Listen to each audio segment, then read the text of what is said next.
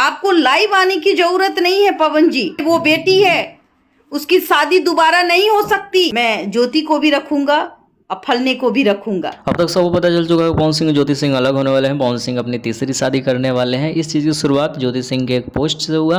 Post screen के ऊपर दिखाई दे रहा है, जिसमें ज्योति सिंह अपना जो भी स्लोमो वीडियो बनाती है और कैप्शन में लिखती है, और आखिरी में सारी हसीन यादों को अलविदा कहकर मैं अपनी अंधेरी दुनिया में वापस लौट आई। सिर्फ इतना ही कहना था। उसके बाद इंडस्ट्री में जबरदस्त विवाद है। किसी को अपना अपना अपने तरीके से सब कोई पता कर रहे हैं। किसी का कहना है कि पवन सिंह तीसरी शादी कर रहे हैं, कोई कह रहा है जनवरी में कर रहे हैं, किसी का कहना है कि 5 करोड़ में डील फाइनल हुआ है। मतलब तरीके तरीके की बात की जा रही है। इसमें पवन सिंह और ज्योति सिंह का कोई ऑफिशियली बयान तो नहीं है और हमें नहीं लगता है कि ये आएगा भी, लेकिन थोड़ी सी तो चीज़ें गड़बड़ हुई है, ये नज़र में आ रही है। लेकिन सबसे ज़्यादा गड़बड़ करने वाली बबीता मिश्रा है। बबीता मिश्रा मतलब सिर्फ एक पोस्ट की वजह से लाइव आ गई। लाइव में आकर पवन सिंह को बहुत तरीके का बात बोल रही है कि पवन सिंह 3 शादी करना चाहते हैं, 5 शादी करना चाहते हैं, राजा महाराजा की तरह रहना चाहते हैं। तो इस चीज़ को मानना होगा कि पवन सिंह और ज्योति सिंह के बीच में जितनी सारी आग लगती है वो बबीता मिश्रा की वजह से होता है। बेमतलब का फालतू का लाइव आ जाना, उलुल जुलुल की बातें करना, emotionally as all time emotionally चीज़ें तो नहीं चलती है, लोग पागल समझने लगते हैं। तो ये क्रेडिट बबीता मिश्रा को जाता है, क्योंकि जब चीज़ें दोनों तरफ से फाइनल हो रही है, कोर्ट देख रहा है, पवन सिंह और ज्योति सिंह खुद डिसाइड करेंगे।